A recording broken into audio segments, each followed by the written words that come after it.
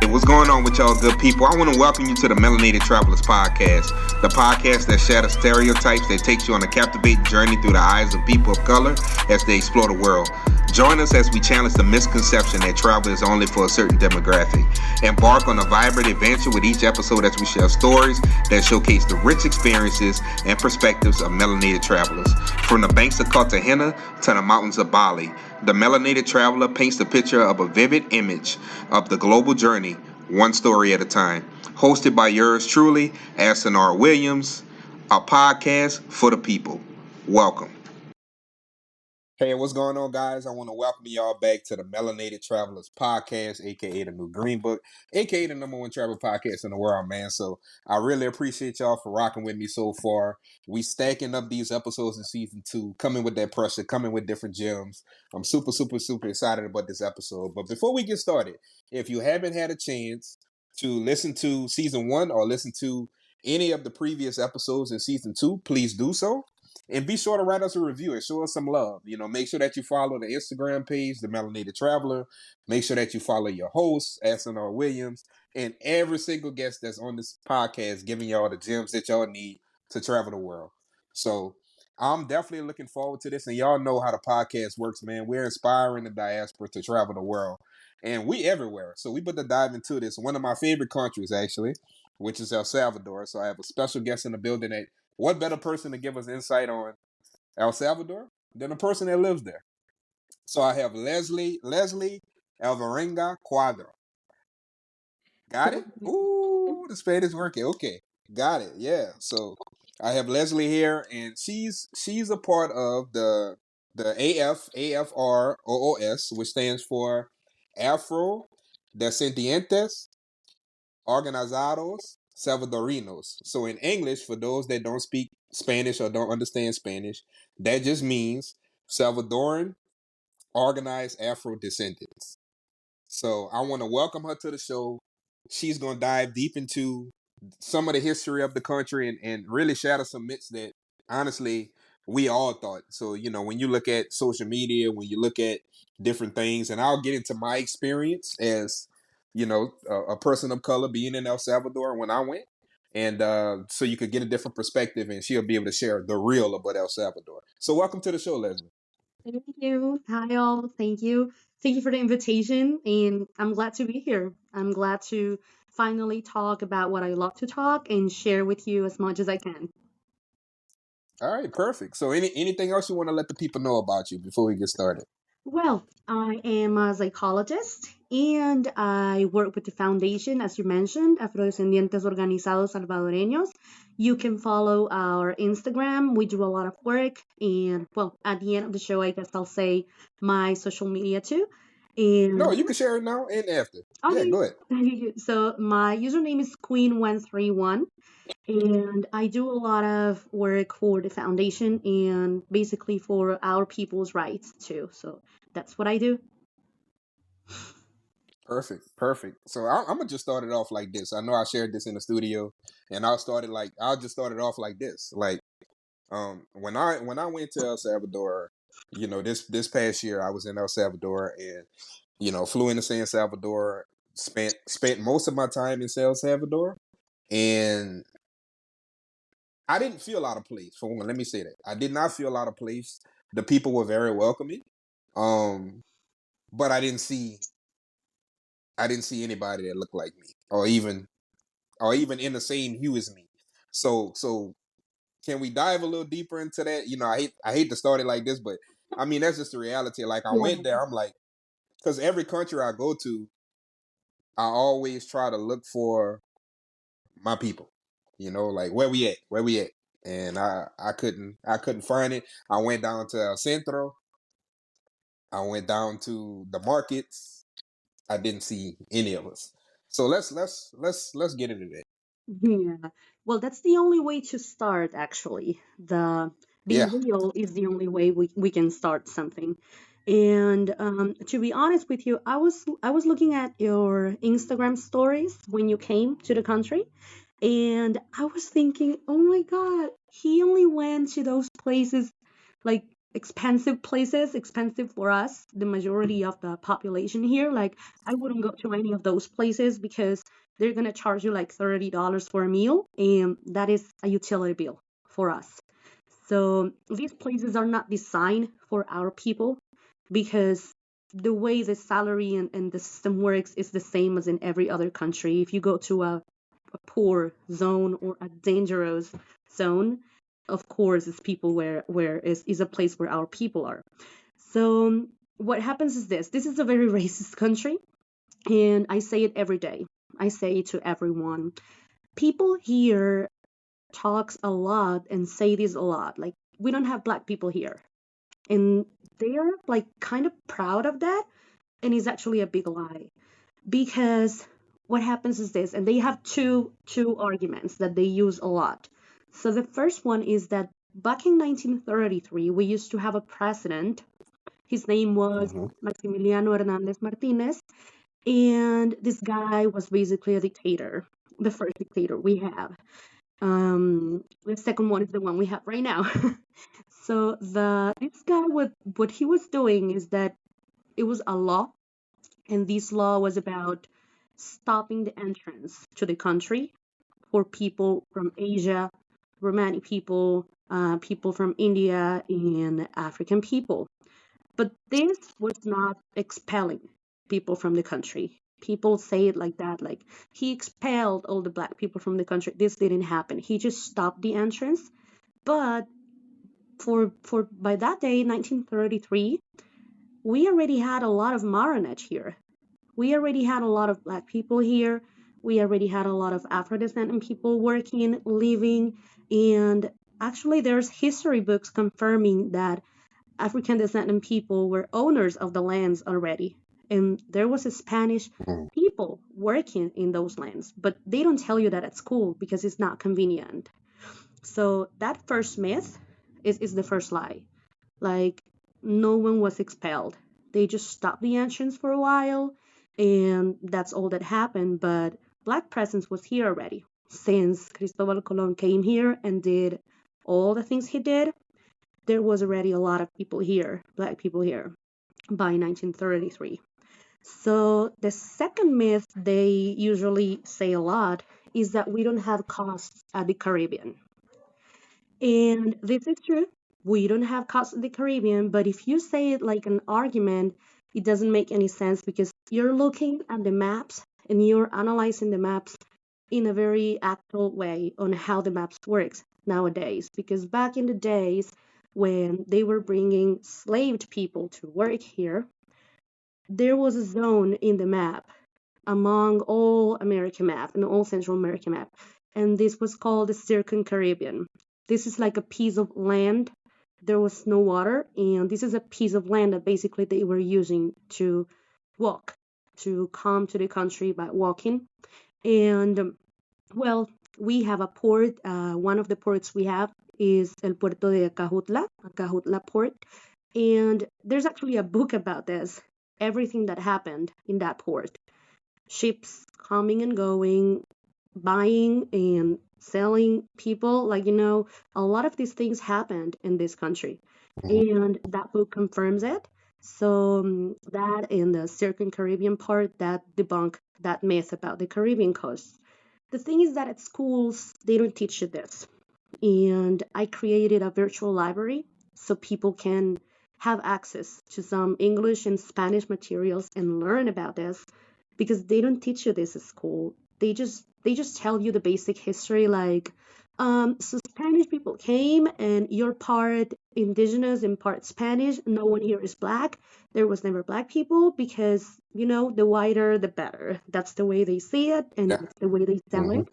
And I go out on the streets and I see a lot of people, and you look at those faces and you say, this is not white country. It's just that they have that in mind and they go to the salon and they straighten their hairs. And if I go out and I have a head wrap, or I braid my hair, or I have locks, you don't have an idea how the people look at you. It's like you're not from here, and they assume you're not from here. And it happens to me that I go to places and they ask me, they want to charge me like I'm a tourist. And I'm from here. or they say I'm from Colombia, and that happens to a lot of friends of mine too. They think we're not from here, so it's a very Oh, hard wow. fight. Mm. I find it very interesting because I when you think about the transatlantic slave trade, people cannot assume that they just skipped El Salvador. You know what I mean? Like it's no way It doesn't make possible. any sense that you bring enslaved people to work to all America, Central, South, and North America, and you skipped a country. Like, Yeah, yeah. definitely, Especially because definitely. we were part of Guatemala back in the days. This was a whole land. Back in the days, this was a Hmm. whole complete land. There was no division. And if you look at that, it's just histories there. We have a lot of books. The most important book we have, it's called Cafetos en Flor. The translation to this will be like when you have a coffee tree and there's a flower that the tree gives you. So that's like a coffee tree, like blossom. And this book was written by Miguel Angel Ibarra. This guy was an African American guy living here, very close to my city actually. And what he did is he wrote the whole story on how Maranach was working back in the days, how he was living, where people was hidden or working, and all he was living. He actually had to go through some hard conversations with the government, and he was expelled because of all the Ooh, work he was doing. And he was, really? Put him out the country? yeah, they put him out of the country because he was making such a mess. Like, he was telling people, you don't have to let them get you down. Please, just, you have to work for your freedom. So they expelled him. They expelled him from here. And his family is here in the country. And thanks to his family, we have that book, and we're in conversations with that family so we can publish this book because this is something we all must read, like real history and not what they want to sell you. Is a cultural thing, being proud of who you are, and it's part of our culture. You cannot deny it. The music we listen to, the recipes we have, a lot of food is coming from our African heritage. The way we dance, the music we listen to, the way we celebrate things, even some words or gestures we have, because we have research, we have anthropologists, psychologists, sociologists, we have a lot of research and books. It's just out there, but they don't want to look at it. And our government doesn't say anything.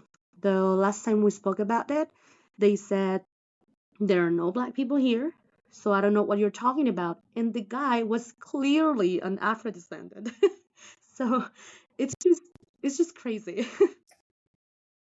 Yeah, that kind of reminds me of um it's a little different here in the States, and I wish that we as the diaspora in America would stop making fun of our people that talk proper. Like, I give an example. In America, well, it's definitely not me because I got southern slang the way I talk, but mostly blacks from up north, they talk very proper, and it's just like, oh, you sound white, you talk white. Like, I thought you was white.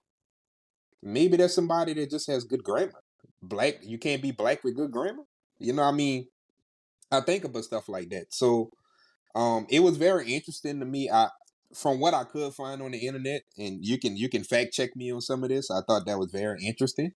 Um, so that, like, after slavery was abolished, one of the main areas that I went to after I hiked Santa Ana in El Salvador was Lake Cota, uh, Lake Cotepeque, Lake Cotepeque. Yeah. Yeah, yeah, and blacks used to reside in those areas. So can you, like, get into some of the areas that like, if somebody that's interested in knowing our history right now and want to travel to El Salvador, where are some areas in the country that we should look for our people?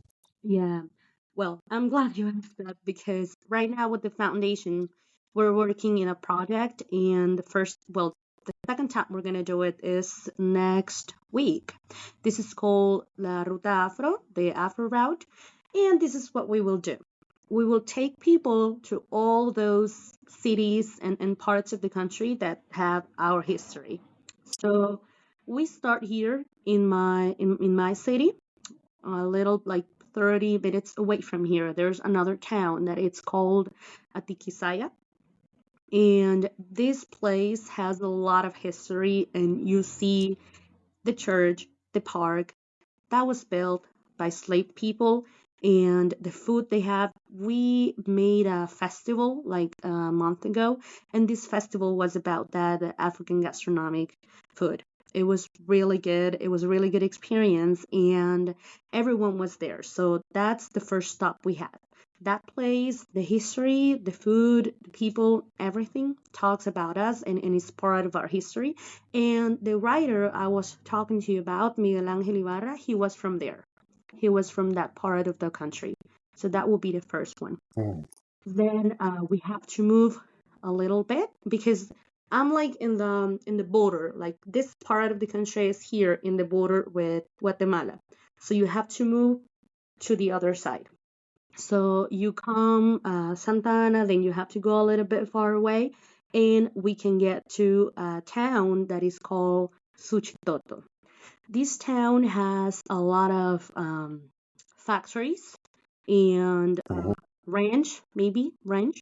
This ranch, they were producers of añil. I don't know if we have an English word for this. I don't think we have, but añil is like a pigment, like a color thing you use to color clothes here in the country. Okay. hmm So this thing, the color is a blue, is a very specific kind of blue. And here in the country, everyone was thinking that only indigenous people worked with this material, that everything was around them. And a lot of archaeologists and anthropologists, not long ago, they discovered that this material was not worked only by indigenous people, but also by African people.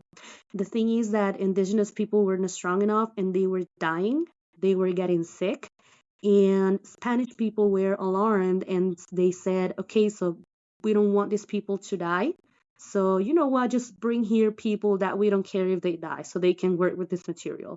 And they brought a lot of African people to work with that material, and they created a lot of pieces like clothing and a lot of things, right?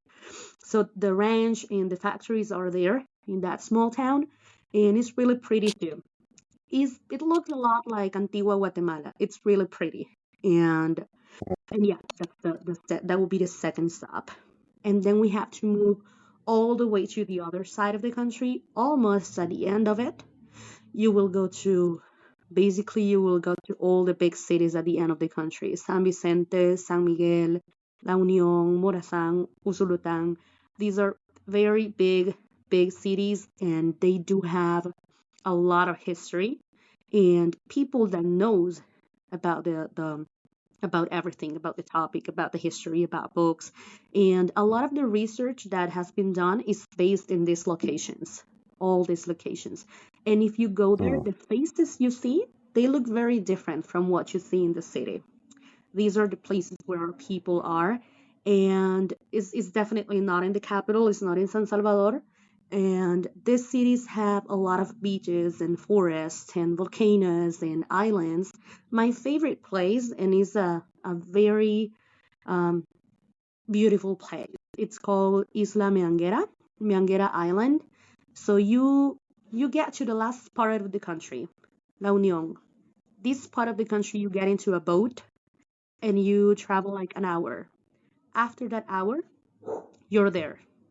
You're in the island, and right there in the island, you know a lot of people, you know a lot of history, and it's really good.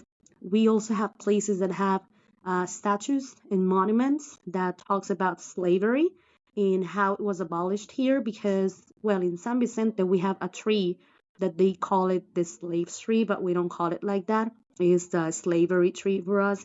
And this is the tree where they used to sell people, buy and sell people. So Hmm. this tree is very old and it's still there. So we take people there. It's part of the route we do.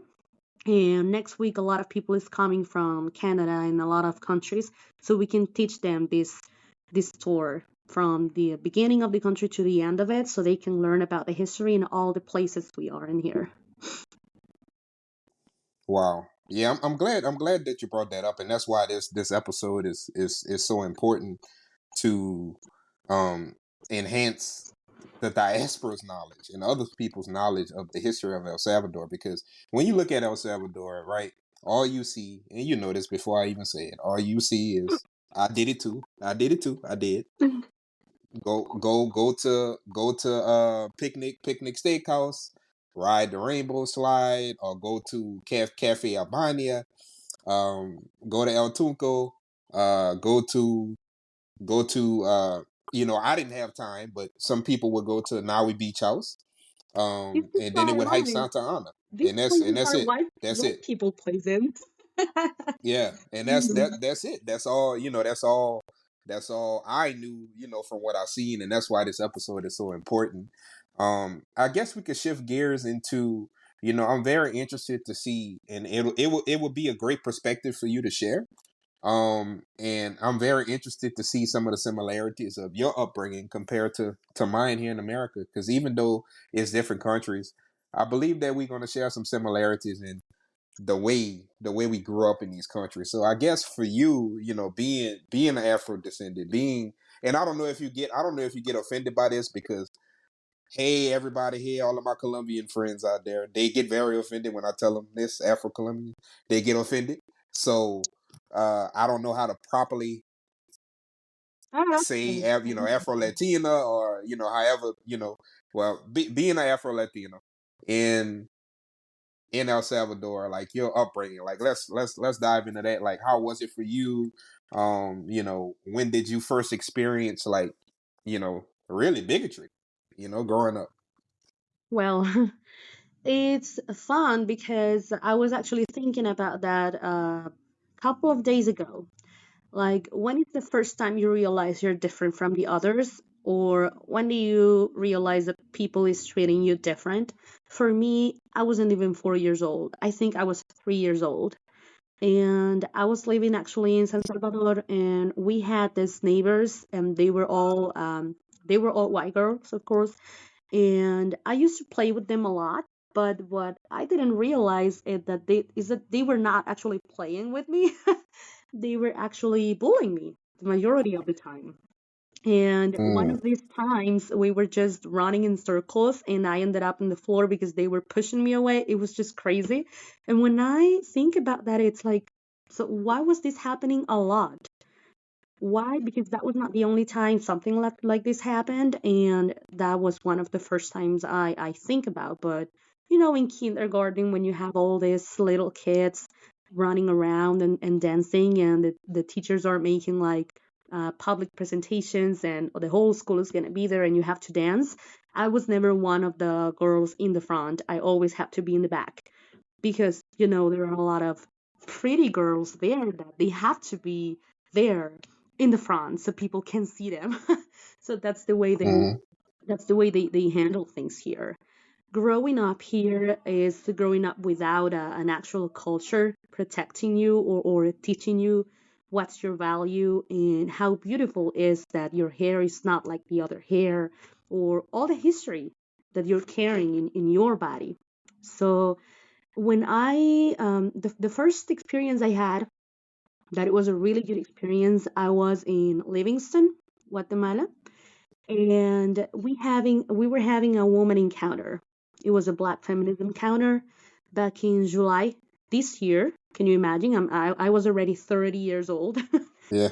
So when I got there was this girl from Mexico, and well, this woman, she started to help me because I was dressing up. I was putting my dress, and we were all having our dresses with our pretty fabrics and our hairs, and she was helping me with my head wrap. And that moment, I even wanted to cry because I realized, so I was supposed to be living all of this since I was little, and I didn't. My culture was robbed. because of racism, because my country doesn't want to accept that we exist and they don't want to acknowledge our existence. So we don't have rights, we don't have cultures. There are a lot of things that affect you. Being a teenager and not having a straight hair, back in my days when I was a teenager, that was a big deal because the trend was for you to have straight hair. And Hmm. I used to do it. I did it like for 10 years and then I got tired and it's like that is not my hair. I love the way my hair looks. Yep. Soon as the weather gets frizzy outside, fall, your hair curling up, just like mine. It takes me forever to like tame my beard. Like, don't get me wrong, I have a bald head. I do have hair. I just choose to keep it. I just choose to keep it, keep it bald. But if you look at my beard, like man, like I have to brush my beard at least 3, 4 times a day because my hair just naturally curls up. It just Yeah. naturally curls. Yeah. So yeah, it's just crazy. A lot of my classmates when I was a teenager used to say very racist things. Maybe they were not entirely conscious that they were doing it because if you don't have the education, then you're ignorant and you don't know what you're saying. But let's say that we Hmm. were going to a pool or we were going to a beach, and they were always one of them was always saying, "I'm going to put on sunblock because I don't want to look like you, because I don't want to look black." And I was like, "Oh my God, okay." And I was thinking, I mean, they're just joking. Like it's part of who we are. She's just joking. And then when I grew up, I was like, why is it so bad to look like I do? Like, what's the bad part here? What's the joke? I don't get it. So these are the type of things that you don't have when they don't give you access to your real story.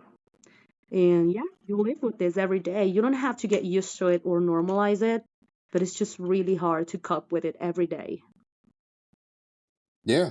I think it's something that I want to share. Judah, I love you. Hopefully you don't have an issue with me sharing the story, but this is El Salvador episode, by the way. And I know you mentioned Guatemala. We're gonna talk about that too, how everything's connected and Belize, how Mhm. everything is connected together.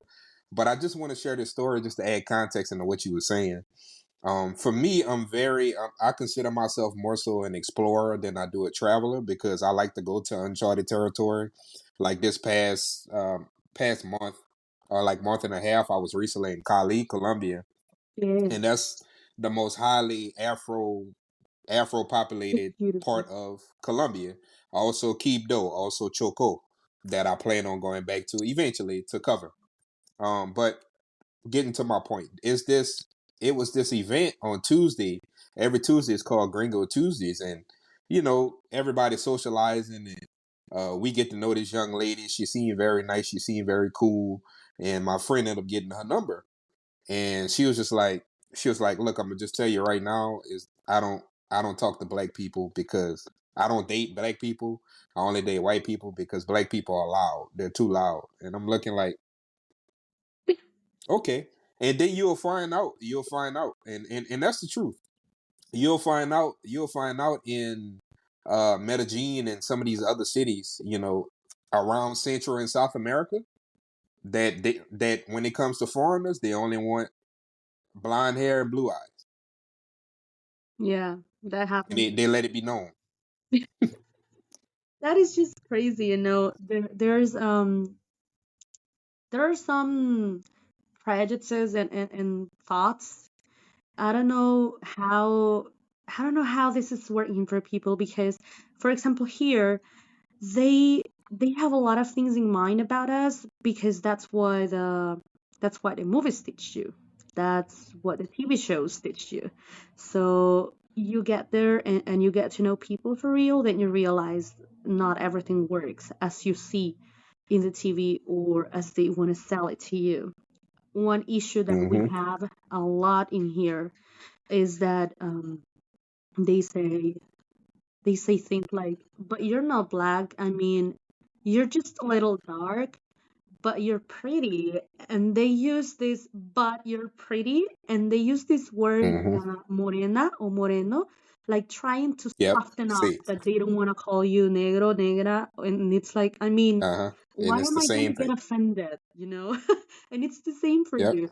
So what they say, and this happens a lot in the countries here in Central America and in Latin America in general, is just It's just crazy.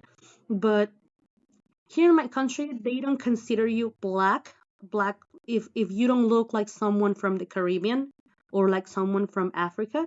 And it's like you're not gonna look like that because your heritage comes mixed up with a lot of bunch of different things too. So you're gonna keep you're gonna look certain way, but you're not gonna look exactly like someone from another place.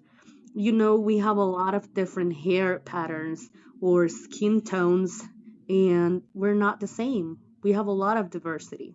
So you have to Mm. teach people here and tell them, so we're all different. We all look different. We're very diverse, but that doesn't mean you get to tell someone you're not black enough or what you're talking about. I mean, you don't look like them. We don't have black people in this country. And it's like, yes, we do, but will look a little bit different. Like when I went to Costa Rica, I saw a lot of people looking very different. Like I was looking at them and I was thinking, they look a lot like people that could be from my country. So how come Mm. they're here very proud to be what they are? And they look exactly like people in my country that's gonna be telling me, but I'm not black. So it's just crazy. Yeah, yeah, that's very crazy. I think my the way I grew up. So for some context, people that know me personally, but the ones that don't, here it goes. So I grew up in a very I grew up in, if you look at a lot of the slave movies, like American cinema slave movies, most of them were filmed in my area where I grew up. It's literally 7 or 8 plantations, just in my parish, just in my parish. Other states call it counties, but us in Louisiana we call it parishes. And if you know anything about if you know anything about slavery in like in North America, the South was a place of no return. That was the worst area you could possibly be in. So my ancestors were strong. My ancestors endured a lot, and still to this day, you have certain individuals that still will put their head down whenever a white person is talking to them. Still to this day, and it's 2023. I don't know if it's like PTSD from what people call it Yeah. post traumatic slave syndrome or what, but Yeah. I know me. I'm looking you right in your eyes. I'm looking into those blue eyes, Hmm. those green eyes, like a man. So that's kind of the area that I grew up in.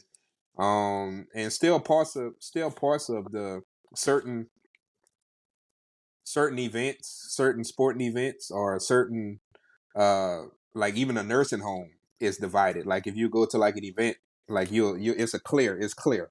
Blacks on this side, whites on this side, you know. But now my generation, we're a little different, we play ball together, but it's still there. It's still there. It's still there. I mean, it's the whole system. There are a lot of things happening nowadays that you say this is not supposed to happen in 2023. Like here in my country, we have we've been more than a year in this situation that the government has called el régimen de excepción, and that Hmm. basically means that you don't have civil rights. That means that you go out to the streets and a military guy or a policeman can take you to jail if they decide you look too suspicious. And you know what that means. So, Oh, I know. That's why I was nervous with yeah. going. So just to give you some context, I don't know if you can see it, but I have your flag on my wall, Yeah, by the way. I see it. I have El Salvador back there, Hmm. for the guys. That's El Salvador flag. And I also have a shot glass. Oh, But this was my first country I ever visited, like outside of America. Like El Salvador was the really? first. Oh, Don't tell me why. Don't tell me why. I'm just a weird dude, I guess. But El Salvador at one point used to be within the top 5 most dangerous countries in the world. So I'm just like, oh well, I'm hearing that things getting better. I'm hearing that they have this young president that's roughly around my age. He's just a few years older than me, and he's making a lot of great changes in the country. Uh, they adopted Bitcoin that mostly everybody in the country hates, by the way.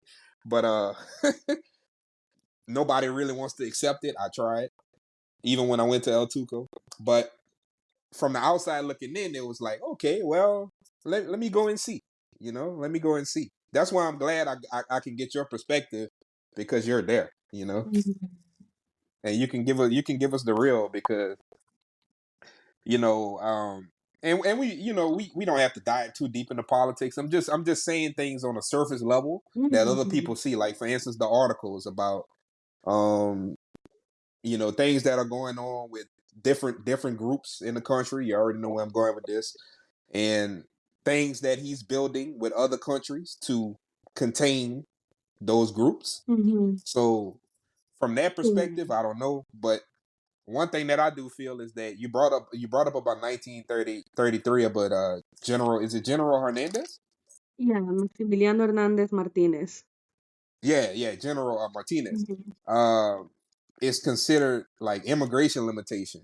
So I feel like that's starting back again when I read in articles like recently that he's doing the same thing.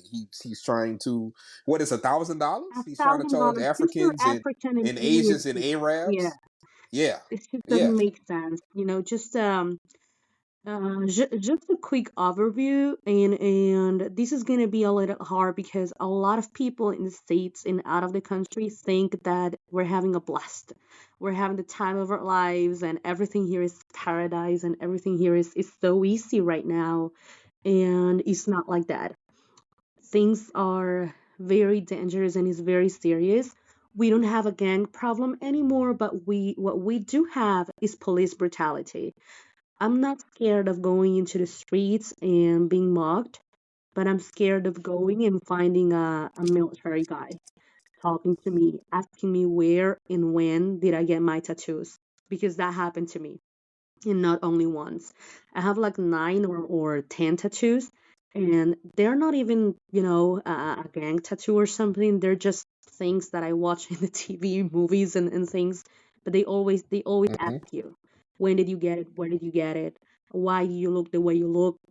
If you live in a danger zone, and it's just really hard because basically what he has done is get in jail a lot of people because they're not part of his government thinking. So if you are against him, he's taking advantage of this régimen de excepción so he can take to jail everyone who is an opposer. And being said this, he has a lot of people has died. Hundreds of people have died in these jails, like a lot of people. And he insists that international community and other people should not even give an opinion or do something about it. He wants to re-elect. He wants to go to re-election, and you know that Because his doesn't term's up, happen. right? He did how many years he's done? 8 years? Yeah, Yeah, and he's trying to give. yeah. He's been like 3 or 4 years in this because he used to be the major in San Salvador. But Hmm. if you add all the government corruption and money he's stealing and everything going on, it's just a big lie. But he has something really good. You know what that is? His communications and social media equipment and the team Oh that yeah, is he's behind good with him. social media. I'll He's give it to him. so I'll give good it to him. because everyone outside thinks that we're so good.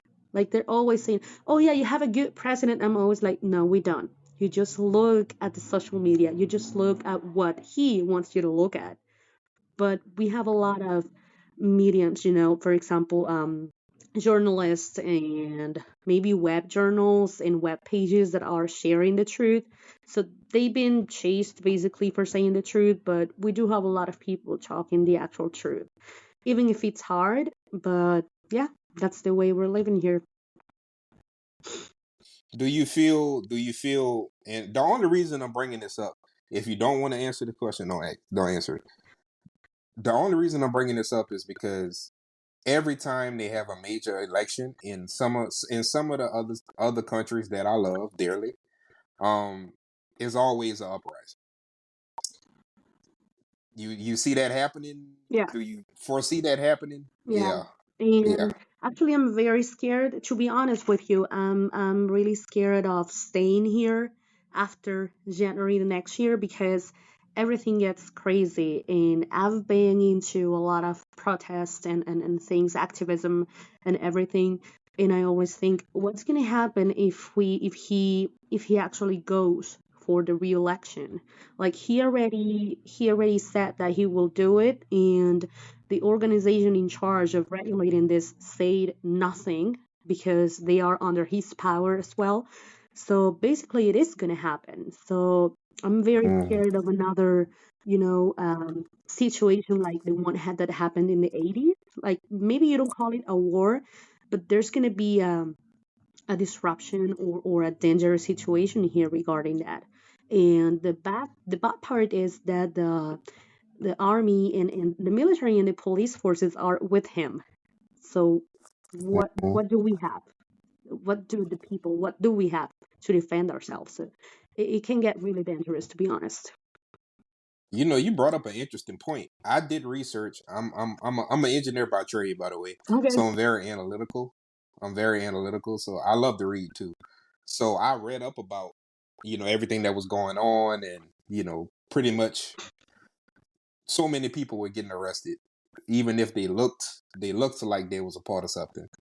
I was so nervous because I'm a part of a fraternity, and I have a brand on my arm. You Mhm. know, I have a brand. So man, I was so scared. Like man, And it like does when I when still I happen. when I went down when I went down to the central, and I seen all the military. I'm like, oh shit. Yeah.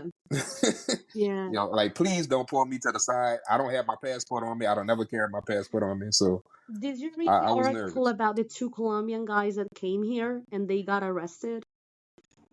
No, So that's a no. funny story. First time I heard about it. They came here from Colombia because they wanted to work here. They were seeing and listening so many good things about the country that they said, okay, so we need to go there. It's a really good opportunity, right? So they came, and after a couple of days of being here, they got arrested because they looked suspicious. They were black. Mm, So it's like even them that they were coming because they were fans of the president, they got arrested because of their own racism and stuff. So it's just crazy. yeah, that's definitely crazy. I think that is important, and I told you this before. We family now, so whatever events that you might have, anything that you might have do, as far as the melanated traveler and everybody that supports me is gonna get that information. Um, I think the last thing I really want to talk about is that the fact that why should people, and we both know the answer, right? But if the diaspora that's listening, why it's so important to get outside of the tourist areas and actually go to the locations where we are. Why is that so important? I think that it's Besides the Rainbow Slide, besides Naui Beach House, El Tuco, oh yeah.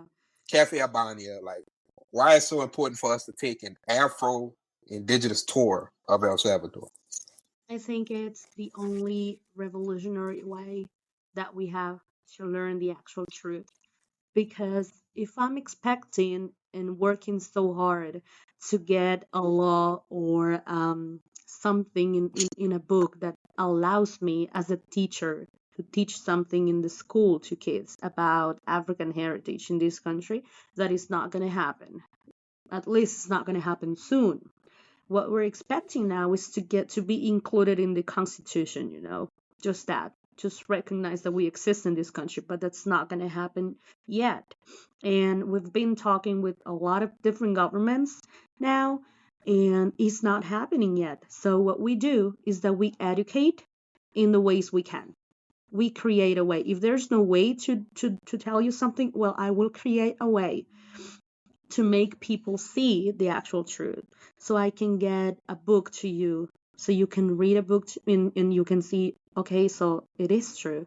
This is why I look different, because a lot of people has came to the foundation like that.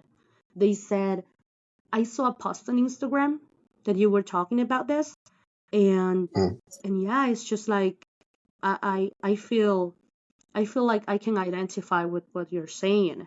And we also had a part that it says, this country is not racist, but, and then people tells you their stories. Like, racism histories that they have lived.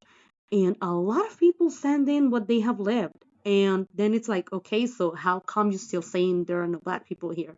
So that's why we created the tour.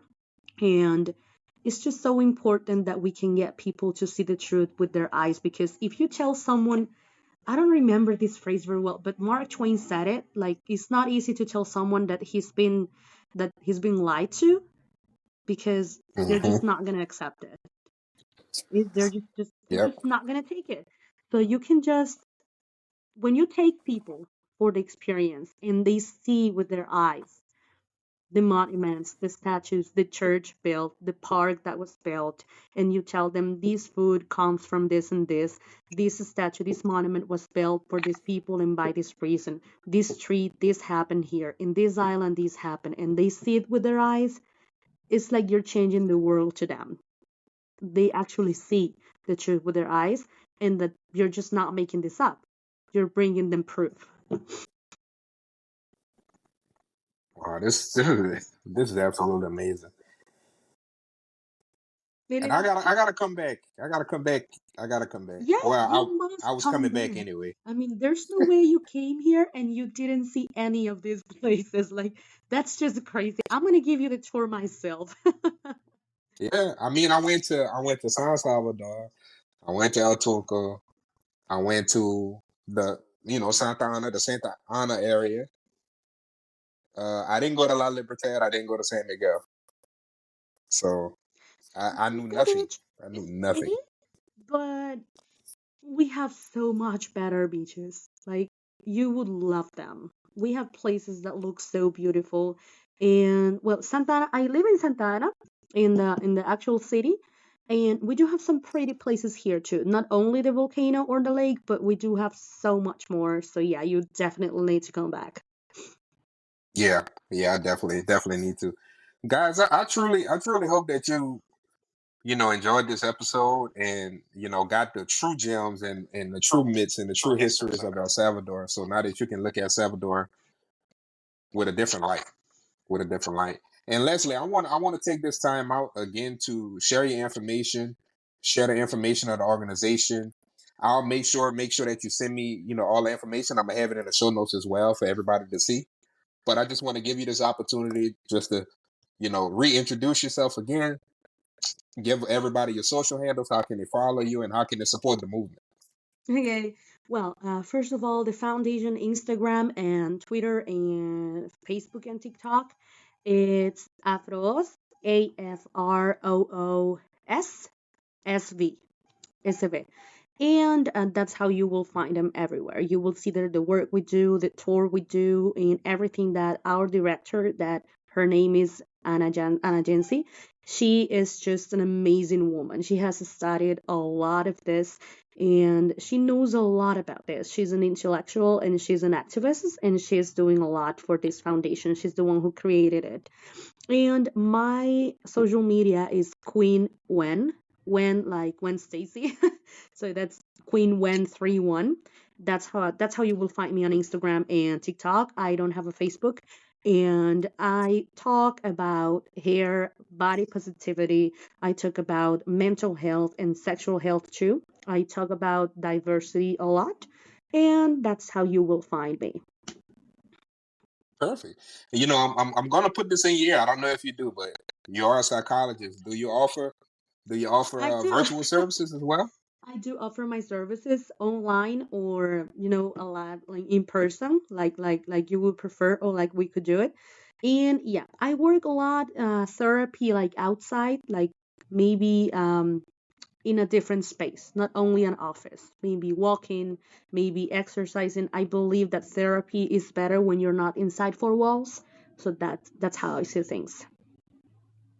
All right. Perfect. Perfect. Well, y'all heard it here first, and I hope that y'all truly enjoyed the episode. And Leslie dropped so many gems about El Salvador. I'm super, super, super excited to share this information with y'all. And don't be surprised if I start setting up with partnership with this organization and Leslie to start having some Afro tours in El Salvador and give y'all a different vibe of El Salvador. Get out of nothing wrong with the zip line in that cafe Albania. But let's go see our people. Let's go to the areas our people are in. Let's learn the history about their country. I love that. Because the more knowledge that we have about the diaspora around the world, that's what makes us whole. Yeah. That's what makes us special. Definitely. That's how it works. So I'm really thankful. Thank you for letting me share my truth. Um, I'm just very happy that I can get this outside and tell the people what's going on. Maybe a lot of people will give you bad comments about this because, like I said, Yes. a lot of people is they support him, but I mean the truth has to get out. This is a must. I cannot shut up about the truth, and that's what we look for: freedom and truth. So, no regrets. That's it. And lastly, y'all already know, if y'all vibing with the podcast, be sure to follow the Melanated Traveler. Be sure to follow me at SNR Williams. So y'all already know the podcast is going to be out on all listening platforms. And then lastly is that you can check out the video podcast on my YouTube channel at Aston Williams. So I'll have all that information in the show notes. Y'all know my motto. I'll see you at the top because the bottom is just too crowded. Peace. Awesome. Hey, I hope that you enjoyed the episode because it definitely was dope to record it with that amazing guest. Tell a friend if you're really vibing with us. If you're feeling the episode and you really enjoyed it, make sure that you write a review on all the podcast platforms. Make sure that you follow the Melanated Traveler on Instagram. You can also check out the video podcast on my page at Aston R. Williams. And if you want to follow your boy, Aston R. Williams at all social handles. Again, this is the Melanated Travelers podcast, and I'll see y'all at the top because the bottom is just too crowded. Peace.